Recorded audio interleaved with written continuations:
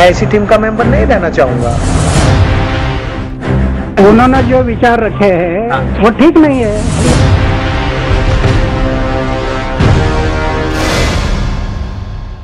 नमस्कार, चौथी दुनिया इंटरनेट टीवी पर आपका स्वागत है। टीम अन्ना के सदस्यों के ऊपर अब जूते चप्पल उछलने शुरू हो गए हैं। प्रशांत भूषण की पिटाई हो जाती है और दो बहुत ही इंपॉर्टेंट सदस्य टीम अन्ना के कोर ग्रुप के मेंबर अन्ना को छोड़ देते हैं। मीडिया में बात चलती है कि अन्ना राजनीति कर रहे हैं। एक बड़ा कंफ्यूजन सा माहौल हो गया है। सच क्या है, पीछे की कहानी क्या है और टीम अन्ना के साथ हो क्या रहा है।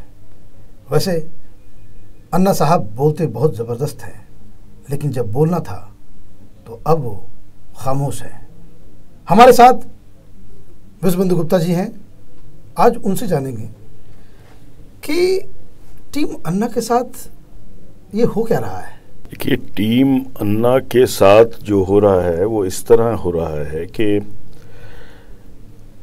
जब टीम अन्ना हजारे ने अनशन की अनाउंस किया था पहली बार उस समय क्या हुआ कि उस समय की, वैसे मैंने पहले ही बोला कि उस समय कंपल्शंस ये थी कि बाबा रामदेव का जो अभियान है उसको तोड़ा जाए किसी तरह से। इसके पीछे इसमें कोई दो राय नहीं। लेकिन ये बाबा रामदेव के भी तो रैली में पहुंचे थे, जो रामलीला मैदान में जो पहली बार जब ना, उसमें दरअसल क्या हुआ मैं आपको बताता हूँ।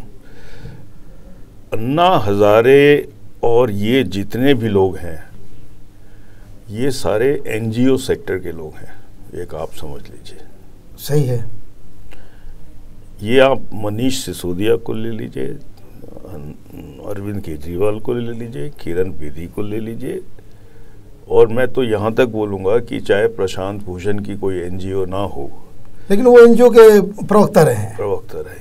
और अच्छा हुआ दरअसल क्या कि बाबा रामदेव के साथ समस्या ये है कि बाबा रामदेव के अंदर कोई भी जिस तरह की राजनीतिक सोच समझ है वो नहीं है। मंच पर आपने देखा उस दिन कितने तरह के लोग थे, सारे ही थे। अच्छा, एनजीओ सेक्टर का अपना एक काम करने का तरीका होता है, उनकी अपनी कंपल्शंस हैं। राइट। ये जो मुस्लिम पॉलिटिक्स करते हैं उनकी अपनी कंपल्शंस हैं। हिंदू ऑर्गेनाइजेशंस हैं वो अपनी पॉलिटिक्स करती हैं। ठीक है। अब बाबा रामदेव ने इकट्ठा कर दिया लोगों को, सब तरह के लोगों को। हाँ। और सब तरह के लोग इकट्ठे हो गए क्योंकि करप्शन बहुत ज्यादा चल रही थी। सही बात है। इस बात के लिए तो क्रेडिट रामदेव को देना ही चाहिए। आपको एक बात बोले, इस जो अन्ना हजारे जो भी फसल काट रहे हैं वो एक्चुअली बाबा रामदेव ने बोई। राइट। जगह जगह जाकर। सही। और बाबा रामदेव को जब उस दिन जो रामलीला मैदान में मीटिंग हुई उससे कांग्रेस सरकार बुरी तरह हिल गई, क्योंकि लोगों में बड़ा जोश था उसके भ्रष्टाचार के खिलाफ। उसके बाद क्या हुआ कि ये एनजीओ सेक्टर वालों ने डिसाइड किया कि हम इससे अलग हो जाएं तो अच्छा है, क्योंकि ये लोग बड़े एम्बिशियस हैं। हम आपको बताएं, इस टीम में जो सबसे बड़ी प्रॉब्लम है अन्ना की टीम में, all of them are very ambitious. हाँ, ये पूरी बड़ी एम्बिशियस लोगों की टीम है।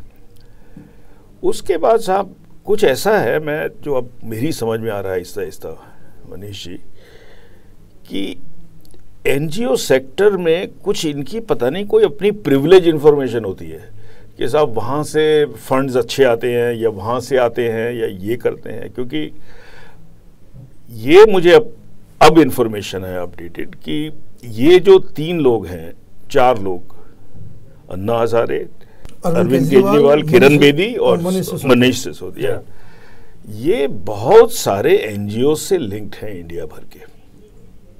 और उसमें शीला दीक्षित जी के लड़के भी शामिल हैं, संदीप दीक्षित। और इनका आपस में एक अलग ही कुछ सीक्रेट इनका ट्रेड है, मैं आपको बताऊं। और मैं बड़ी स्पष्ट बात कर रहा हूं क्योंकि कल को जो आने वाले दिनों में कुछ और डेवलपमेंट्स होंगी, कुछ और खुलासे होंगे, क्योंकि किसी को यह समझ में नहीं आ रहा, ना पॉलिटिकल पार्टीज को समझ में आ रहा है कि ये मेंढक को ऐसे सांप क्या होता है कि इसको मैं खाऊं कि या ना खाऊं, और ना खाऊं। उससे ये हाँ। अच्छा, वही अन्ना हजारे को ये समझ में नहीं आ रहा कि किसकी गोदी में जाके बैठूं और किसकी में ना बैठूं। आप दोनों तरफ से समस्या आप देख लीजिए। इसमें जो समस्या सबसे बड़ी पैदा अब ये हो रही है कि आप एक चीज ये देखिए कि अन्ना हजारे का एक और रोल है। वो रोल ये है मनीष जी कि अन्ना हजारे को अगर आपको समझना है तो महाराष्ट्र के कांग्रेस के एक धड़े से वो काफी दिनों से उससे जुड़े रहे, और वो जो धड़ा है वो ये जो असल में विलासराव देशमुख का है। और जब विलासराव देशमुख थे तो विलासराव देशमुख से इनकी काफी अच्छी मित्रता आज पहले भी थी, आज भी है, और उसमें विलासराव देशमुख ने इनको काफी मदद भी किया फाइनेंशियली, जो गांव वगैरह के डेवलप करने के लिए। और मुझको यहां तक बताया जा रहा है कि अन्ना हजारे जो हैं वो बड़े, हम लोग अभी अन्ना हजारे को पूरी तरह समझ नहीं पाए। मैं तो कम से कम नहीं समझ पाया हूं पूरी तरह से। इन्होंने जब शराब की भट्टियां वहां से हटवाई, जो कि एक अच्छा काम था। मैं ये समझता हूं कि शराब की भट्टियां हटवाने में सिर्फ आप जो अपना वो प्रवचन दे रहे हैं उससे काम नहीं चलता है पूरा, क्योंकि ये लोग क्या कर रहे थे। अन्ना हजारे जितने भी पति थे वहाँ पे, जितने अपनी बीवियों को मारते थे, तो वो जितनी पत्नियां थी वो अन्ना हजारे के पास आती थी और ये फिर कुछ करते थे। उसमें कहीं ना कहीं मेरे को ये सुनने में आ रहा है कि वहाँ पर कुछ मसल पावर भी अन्ना हजारे को बैक करती थी उस सिद्धि वाले गांव एरिया में। आप ये आप एक चीज समझ के चलिए, क्योंकि ये ऐसा नहीं है कि आपने सत्संग पढ़ा तो वो शराबी जो है शराब पीने वाला या भट्टी वाला, उसके बाद नहीं। हम इसलिए बोल रहे हैं कि और आपके सत्य वचन से वो जो है अपनी शराब की दुकान बंद कर देगा। शराब की दुकान बंद कर देगा। अच्छा, पीने वाला पीना नहीं छोड़ सकता और बेचने वाला बंद नहीं कर सकता। राइट। मैं ये नहीं कह रहा उन्होंने गलत किया। हाँ। मैं सिर्फ इतना बोल रहा हूं कि कॉम्प्लेक्सिटी इस व्यक्ति के जो अभी दिमाग में है किसी चीज को हैंडल करने की, वो कोई ना तो हिंदुस्तान की पॉलिटिकल पार्टी समझ पा रही है, ना कांग्रेस समझ पा रही है। कुछ समझ में जो आ रहा है वो विलासराव देशमुख के समझ में आ रहा है, क्योंकि वो काफी साल तक डील किया है। अच्छा, वही हिसाब प्रशांत भूषण के साथ भी है, वही हिसाब अरविंद केजरीवाल के साथ। अरविंद केजरीवाल हमारे साथ थे, हम उनके दिमाग को अच्छी तरह जानते हैं। प्रशांत भूषण मेरे 30 साल से दोस्त हैं, 25-30 साल से। अच्छा, ये लोग अपनी अपनी थिंकिंग में बिल्कुल ही जिसको बोलते हैं कि स्ट्रॉन्ग हेडेड है, और अगर मैं एक दूसरा वर्ड भी यूज कर दूं, पिग हेडेड भी है।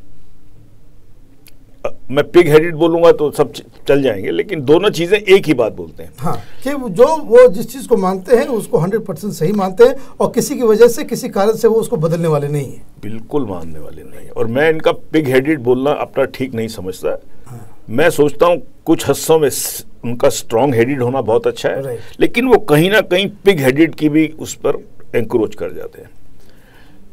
अभी जब ये आंदोलन चल रहा था तो ये अरविंद केजरीवाल मेरे पास आए, बोले, कई बार फोन आया कि विश्व बंधु ये लोग कह रहे हैं कि लोकपाल से जजेस को हटा दिया जाए, और मैं नहीं चाहता कि जजेस हटें। अच्छा, उसके अंदर कहीं ना कहीं प्रशांत भूषण का इनपुट चल रहा था इनके दिमाग में। देखिए, प्रशांत भूषण आप एक अलग स्टाइल के वकील हैं, ठीक है, और इनके जो फादर हैं उनको पता ही आपका, हाँ, वो कंटेम्प्ट केस जो जजेस के बारे में। तो मैंने इसको बोला अरविंद केजरीवाल को, मैंने कहा देखो तुम जजेस को निकाल दो तो अच्छा है, और उसके पीछे कारण ये है कि जजेस ही लोकपाल को हटा सकते हैं अगर वो करप्ट निकलता है। तो लोकपाल को आप कैसे पावर दे देंगे जजेस के ऊपर? ना जजेस को पावर होनी चाहिए, लोग इसे एक तरह से आप अलग अलग रखिए उनको। हाँ, डिस्ट्रीब्यूशन ऑफ ये जो है बैलेंस मेंटेन करना पड़ेगा। मेरे से कहने लगे मैं स्टेटमेंट नहीं दे पाऊंगा, तुम दे दो स्टेटमेंट, तुम दे दो, लगातार रहे। मैंने कहा मुझसे आप क्यों स्टेटमेंट दिलवा रहे, मैं इसमें कन्विंस नहीं हूं इस बारे में। तो ये स्टबर्न लोग थे। अच्छा, उधर आप देखिए प्रशांत भूषण जो है वो, उन्होंने जो कश्मीर के ऊपर कहा, फ्रेंकली स्पीकिंग मैं टोटल डिसएग्रीमेंट में हूं। मैं जो उन्होंने कहा, मैं नहीं समझता कि देश के हित में वो कोई स्टेटमेंट है, जितना मैं समझता हूं। मैं ये नहीं कह रहा कि जिन्होंने उसको जो बाद में हुआ वो बिल्कुल ही, मतलब बिल्कुल ही गलत है, वो बिल्कुल ही गलत है। वो प्रशांत भूषण की स्टेटमेंट देने से भी ज्यादा गलत है। इस तरह अरविंद केजरीवाल ने जब ये निश्चय किया कि हम हिसार के चुनाव के अंदर स्टैंड लेंगे, उसमें अरविंद केजरीवाल का कहीं ना कहीं उनका पर्सनल एजेंडा चल रहा था। एक तो वो हिसार के हैं, दूसरा वहां पर आपको पता है ये सारा हरियाणा में एक ही इशू है, जाट वर्सेस नॉन जाट।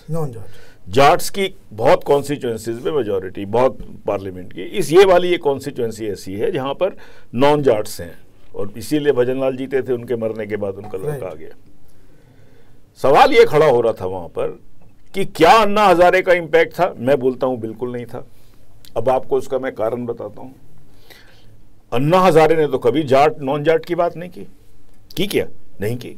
अगर अन्ना हजारे का इंपैक्ट होता तो अगर जाट नॉन जाट को वोट देते या नॉन जाट जाट को वोट देते तब तो मैं उनका मान लेता। आप हिसार की कम्युनिटी का बैरियर नहीं तोड़ पाए, और जब वो कुलदीप बिश्नोई बोलता है कि अन्ना हजारे का कोई ज्यादा असर नहीं था, वो बिल्कुल ठीक बोल रहे हैं। मैं आपको कारण बताता हूं। आपको सारे जाट, दोनों जाट थे, ये कांग्रेस वाला भी कैंडिडेट जाट था और ये चौथाला के तो लड़के ही हैं, ठीक है। नॉन जाट कुलदीप बिश्नोई थे, ठीक है। कुलदीप हुआ ये, वो जाट ने, किसी ने नॉन जाट को वोट नहीं दिया उसको, बिश्नोई को। उनका वोट चौथाला की तरफ खिसक गया, वो बट गया, उधर चला गया। जाट ने जाट को दिया, और उसमें जो क्या हुआ, अगर उनको ये पता होता है कि मार्जिन 6000 वोट का होने वाला है, ये किसी को ये शंका हो रही थी कि शायद अपसेट हो जाए यहां पर, और अगर जाटों को ये जरा सी भी फीलिंग होती कि ये 6000 से हार जाएगा, तो ये 6000 उसके कांग्रेस 6-10 हजार निकल के उधर चले जाते। तो अन्ना हजारे का जो मूवमेंट फेल हो गया, वो इसलिए फेल हो गया कि आज भी हरियाणा की पूरी राजनीति जाट और नॉन जाटों में बटी हुई है। जाट में 3 प्लेयर हैं, एक हुडा है, एक चौथाला है और एक बंसीलाल। ये 3 जाट एक तरफ कैंप में, और नॉन जाट में अगर कोई लीडर इसको माना जाता है आज की तारीख में, वो अभी भी भजनलाल है। तो एक तरह से बहुत बड़ा फेलियर है ये, मैं इसको मानता हूं, क्योंकि आप अगर वोटर को जाट अपनी जाति से बाहर नहीं निकाल पाओगे तो आपका मूवमेंट फेल हो चुका है। कोई ये इसका ये क्या जन लोकपाल बिल से कोई संबंध नहीं है, ये हमको बहुत बड़ा खतरा है। हुआ इसमें यह है कि अन्ना हजारे इतने ज्यादा गहराई से लोगों को ये नहीं बता पाए, या ये नहीं बता सकते कि जाति के तरह सोचना या धर्म की तरह सोचना या ये सोचना कि ये हम अमीर हैं, इससे मानवता का नुकसान होता है। और मैं ये बोलता हूं ये अन्ना का बहुत बड़ा फेलियर है। सुन लीजिए, क्योंकि गांधी और अन्ना में क्या फर्क है? गांधी एक थिंकिंग पर चलते थे, गांधी समाज को बदल रहे थे, सत्ता की राजनीति भी कर रहे थे।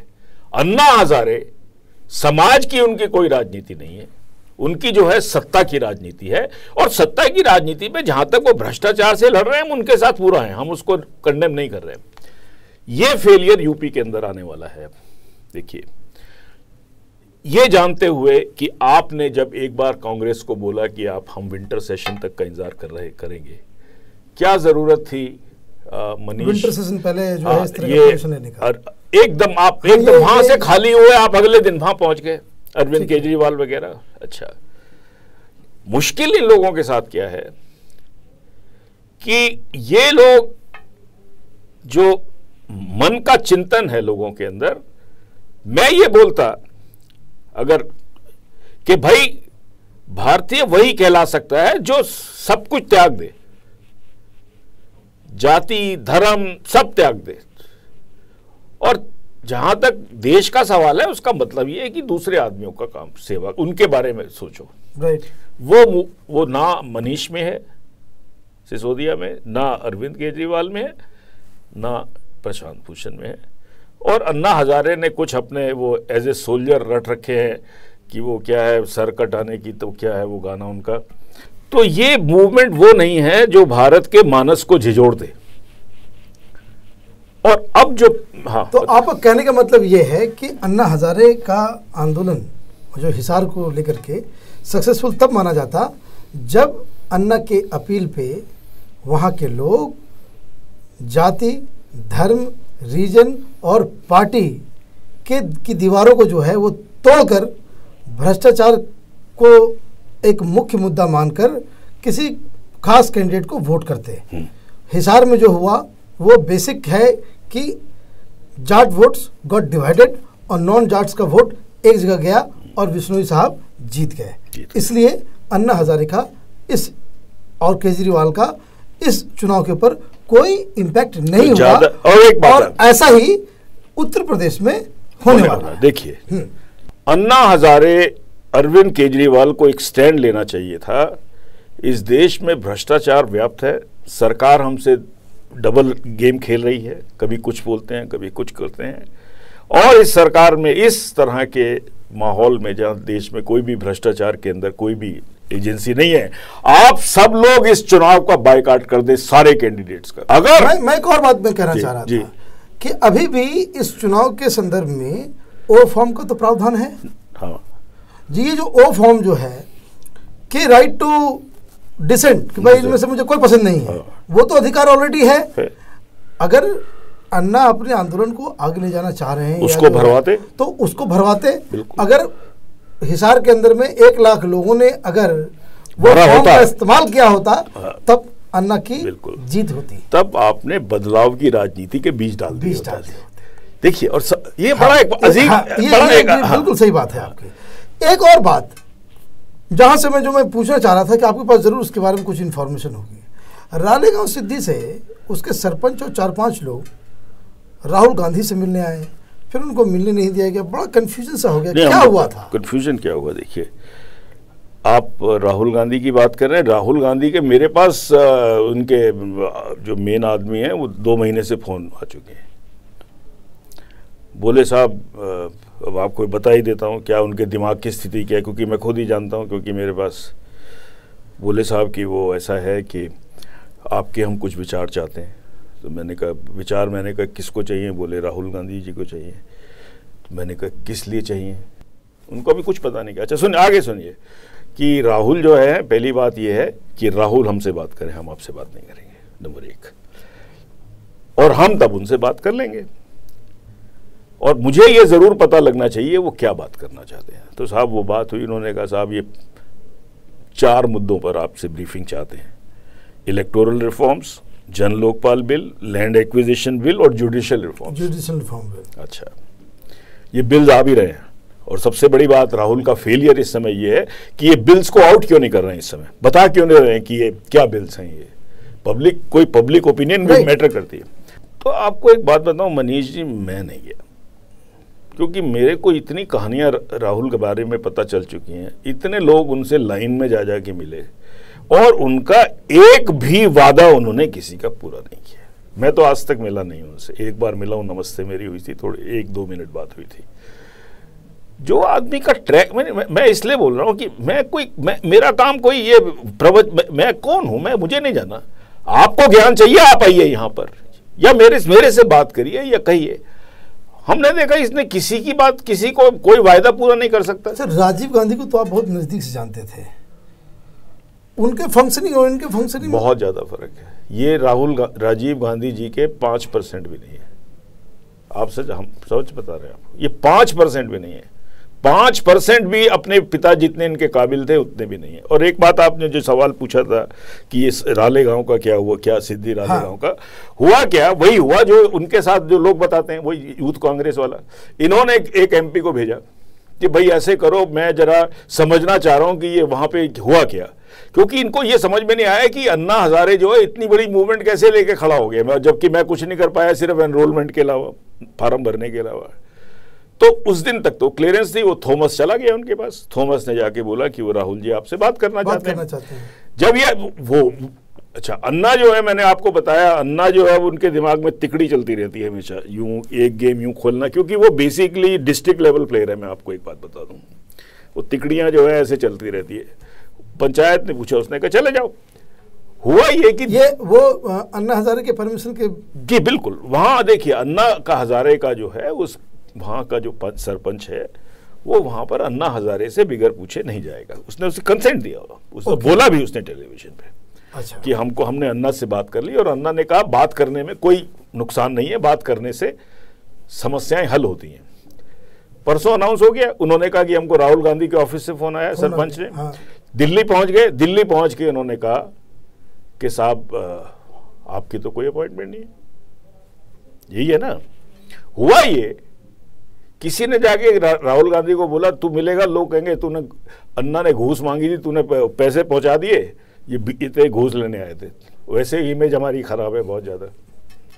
असल में ये हुआ है, किसी बेवकूफ आदमी ने उसको ये समझा दिया कि हम तो इतने करप्ट हैं और तुम्हारी इमेज लग जाएगी, क्योंकि अन्ना ने उसके बाद जब ये आए मिलने तो लोग कहेंगे घूस आपने दी, और क्योंकि कांग्रेस पार्टी खुद कन्विंस हो गई है कि हम करप्ट हैं। नहीं, हम आपको सत्य बता रहे हैं, हम खुद चक्कर में पड़ गए, एक आदमी को इतनी दूर से बुलाया फिर भगा दिया। और ये जब ये राजमहलों के ये जो कुंवर होते हैं या प्रिंस होते हैं, इनके साथ प्रॉब्लम यही है। क्यों ये लोकतंत्र में हम नहीं बिलीव करते? मेरे को कोई राहुल गांधी से कोई प्रॉब्लम नहीं है, जैसे इंडिविजुअल है, ह्यूमन बीइंग, अच्छा लड़का है, लेकिन ये लोग गधे हैं। और लोकतंत्र की ये बड़ा हमारे देश में रहा है कि ये सब, ये जितने, मैं उस दिन भी बोला था, ये सब पॉलिटिशियन जो अपने बच्चों को ला रहे हैं इस देश के साथ सत्यानाश कर रहे हैं, और इनको सबको रिजेक्ट कर देना चाहिए, चाहे पब्लिक को।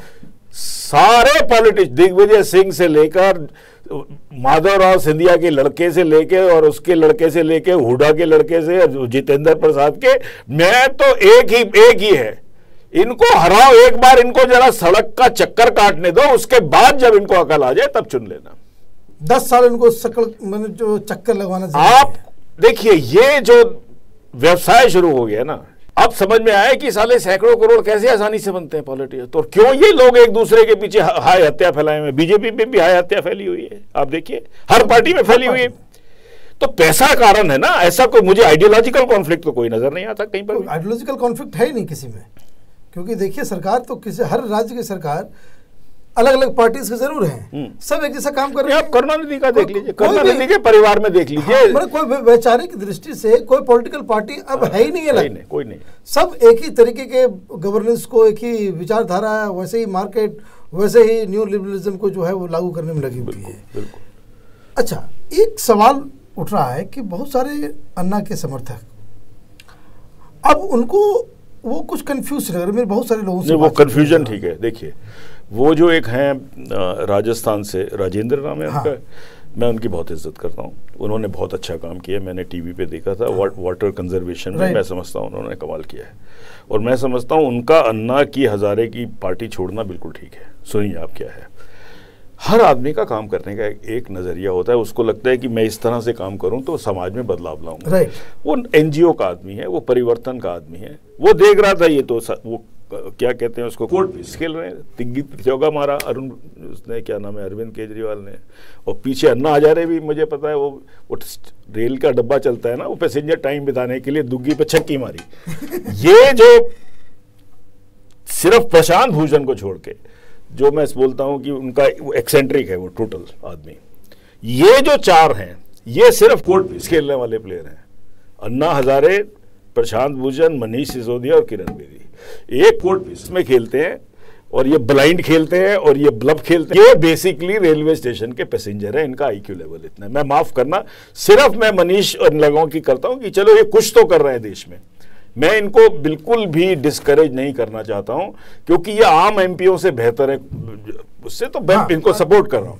लेकिन जो अलग हुआ, उसने कहा कि ये मेरा कैरियर सत्यानाश कर देंगे। मुझे लगता है कि अन्ना हजारे को अब पॉलिटिकल पार्टी स्टार्ट कर देनी चाहिए। वो बिल्कुल नहीं करेगा, वो जिम्मेवारी से एकदम भागेगा। कौन कहता है इनके साथ आरएसएस नहीं थी? आप कैसे कह सकते थे कि आरएसएस है?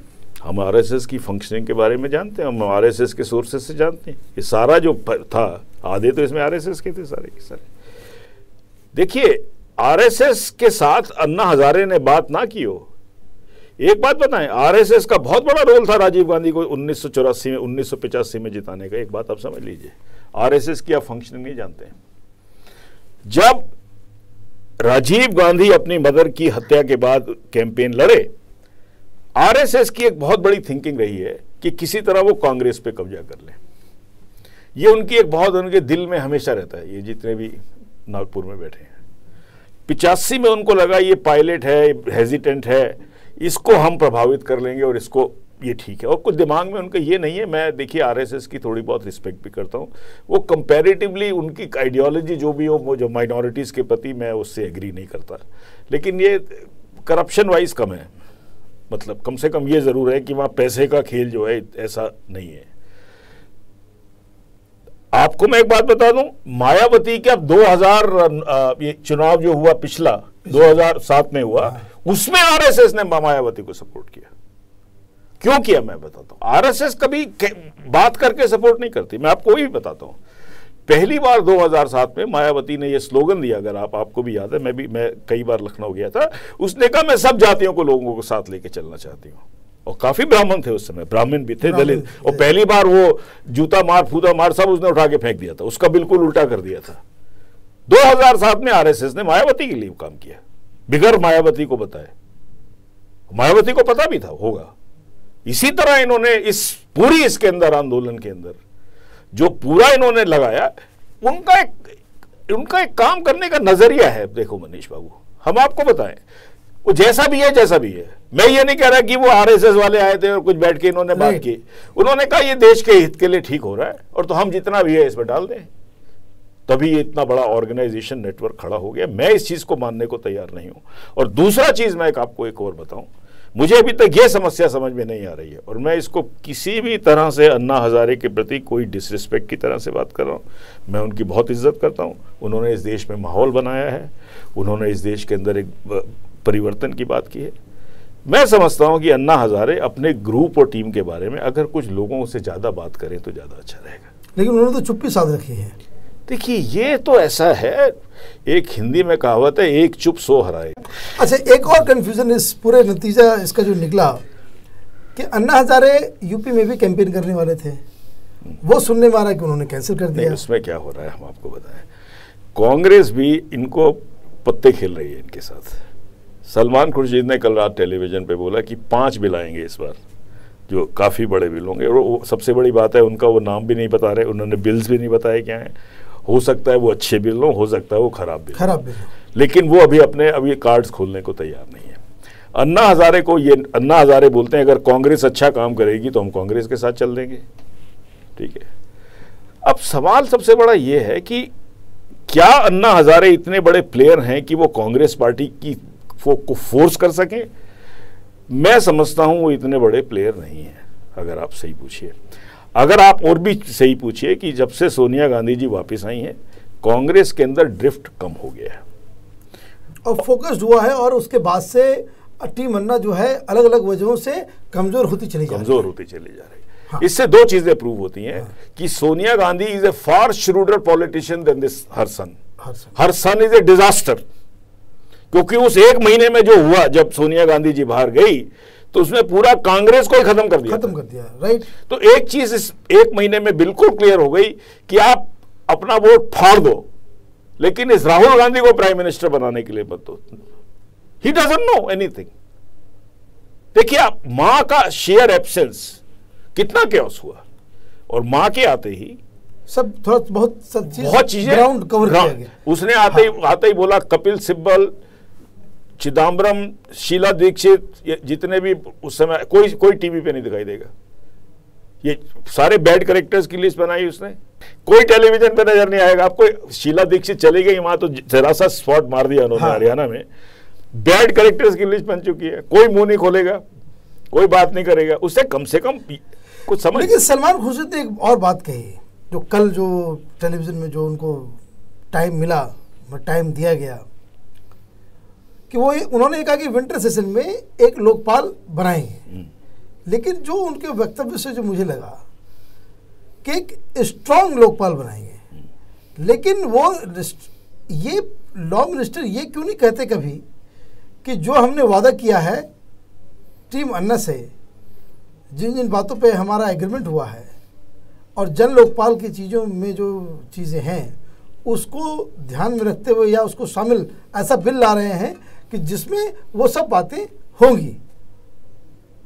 वो बयान उन्होंने नहीं दिया। मुझे लगता है कि आगे कुछ सरकार खेल करने वाली है। देखिए, खेल वेल कुछ नहीं है। जो सरकार, जो लड़का एक आदमी को बुला के 2 दिन पहले बोल दे हमारे पास अपॉइंटमेंट नहीं है, वो सरकार कुछ भी कर सकती है। इस सरकार का ये नहीं पता 72 घंटे बाद क्या स्टैंड होगा। मैं आपको एक बात बोलता हूं,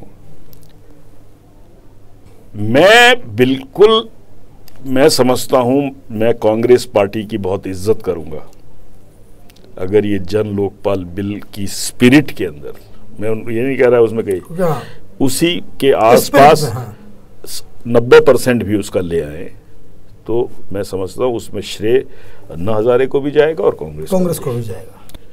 मेरा इन पे यकीन नहीं होता, क्योंकि राजनीतिज्ञ पे यकीन करने से अच्छा कोई हिंदुस्तान में राजनीतिज्ञ यकीन वाले नहीं है। तो अन्ना हजारे राजनीति में पूरी तरह आ गए। वो कोर्ट खेलते हैं। मैं आपको बता रहा हूँ, मुझे आप एक बात बताइए, अन्ना हजारे ने कहा था वो चुनाव सुधार की बात करेंगे, बल्कि इसीलिए हमने प्रोग्राम भी आपके यहाँ किया आज तक, और काफी वो राइट टू रिकॉल और राइट टू रिजेक्ट। उनको अगर लॉजिकली चलना था तो इलेक्टोरल रिफॉर्म्स की बात करते, कोई जन लोकपाल बिल का एक उससे अकेले थोड़ी सर एक मौका हो जाता कि जब आप जो है वो फॉर्म के इस्तेमाल करके लोगों को जागरूक करते और कहते कि भाई कि कोई आदमी वोट न दे वो फॉर्म में। एक बिल से थोड़ी इस मुल्क का कल्याण हो जाएगा। जुडिशियल रिफॉर्म्स भी बहुत जरूरी थे, बात करते हैं, इसमें क्या है, लोग बात करने को बैठे हुए हैं, इतने लोग यंगस्टर्स हैं। हमारा प्रॉब्लम ये हो जाता है कि कितने लोगों को हम इस पे ट्विटर पे जवाब दें या उस पे जवाब दें। और मैं समझता हूँ कि बहुत चीज़ों पे डिबेट इस देश में होना, एजुकेशनल रिफॉर्म्स है, एडल्ट्रेटेड, आप देखिए खोया बिक रहा है बाजार में, लोग मर रहे हैं खोया खा के। ये गवर्नमेंट जो है खोए के ऊपर बैन नहीं लगाती, ये गवर्नमेंट ये नहीं देख सकती कि मिठाइयाँ जो मिल रही हैं जहर हैं कि नहीं है, ये गवर्नमेंट को ये नहीं, आप सब चीज़ें देखिए क्या नहीं हो रहा। एक समस्या है इस देश के अंदर, लेकिन ये जो एक मैं समझता हूँ कि इनका विजन, मैं माफ़ करना, मैं लोग बोल रहे होंगे कि शायद विश्व बंधु गुप्ता इनका पार्ट नहीं है, शायद इसको कुछ मन के अंदर इसको तकलीफ है कि अन्ना हजारे ने मेरे को साथ में क्यों नहीं रखा। मैं इसके लिए कह सकता हूं कि आपको इस चीज को लेकर के जरा सा भी कोई परवाह नहीं है, कोई तकलीफ नहीं है। और ऐसा देखिए, मुझे अगर वो नहीं है, मैं सिर्फ इतना बोलता हूँ कि भारत को जो विजन चाहिए इस समय, एक ऐसी पॉलिटिकल फिलॉसफी चाहिए, एक इमरजेंस चाहिए, वो 2-4 से नहीं निकलने वाली, बहुत सारे एक्सपर्ट्स चाहिए। और एक ऐसा आदमी चाहिए जिस जैसे डेंग था चाइना के अंदर, he very clearly said, he says, I don't care whether the color of the cat is red or black, I am only concerned whether the cat catches the mice or not। और आज देखिए उसने China को कहां से कहां ले गया। उस तरह की दूरदृष्टि वाला आदमी इस पर्टिकुलर ना इसमें है, और बाबा रामदेव में तो मैं को कई बार मैसेज भेज चुका हूं, आप अपनी दुकान बंद कर दो। मतलब जितने भी लोग, मैं माफ करना, मैं इसलिए बोल रहा हूं इस प्रोग्राम के अंदर, वैदिक जी हैं उनके मित्र, वो हमारे पास आके रोते हैं रोज। हमने कहा तुम जाते भी हो और जूते भी खाते हो, कुछ होता नहीं है। और भी हमने कई लोग, बाबा रामदेव तो कोर्ट पीस भी नहीं प्रॉपरली खेल पाते। माफ करना, मैं देखिए मेरी भला से मुझे पता है क्या है, पब्लिक दुखी है, पब्लिक भीड़ में इकट्ठी हो जाएगी।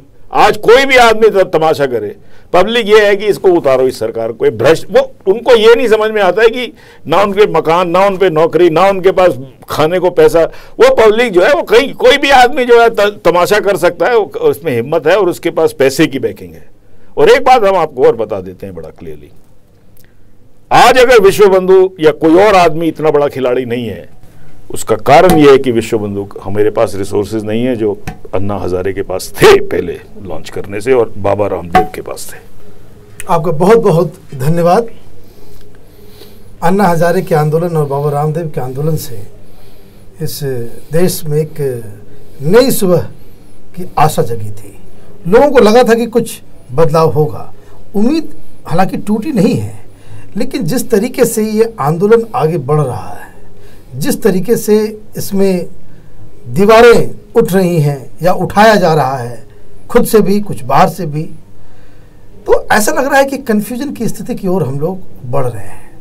और इसके लिए टीम अन्ना जिम्मेदार है, क्योंकि किसी भी आंदोलन के लिए ये बहुत ही ज़रूरी है कि जो आम जनता है, जो उसके समर्थक हैं, जो उनके साथ काम करने वाले लोग हैं, वो पहली चीज़ कि वो एकजुट दिखे, और दूसरी बात ऐसा कोई संकेत लोगों में ना जाए जिससे ऐसा लगे कि कोई मतभेद है, कोई राजनीतिक गेम चल रहा है या मूवमेंट को बिट्रे करने वाली बात हुई है। जैसा रामदेव ने लोगों के ऊपर बहुत ही बुरा असर पड़ा था जब कपिल सिब्बल ने वो चिट्ठी दिखाई थी कि एक तरफ अनशन चल रहा है और दूसरी तरफ बातचीत हो रही है। जनता ने इन दोनों नेताओं को, मैं नेता इसलिए कह रहा हूँ क्योंकि वो सचमुच नेता हैं, अन्ना हजारे और बाबा रामदेव को जनता ने बहुत ईमानदारी से अपना समर्थन दिया है और करोड़ों लोग उन्होंने उनका साथ दिया है।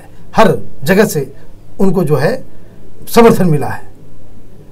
अब इनकी जिम्मेदारी है कि कैसे इस समर्थन को नई सुबह की जो आशा है उसको बनाए रख पाते हैं।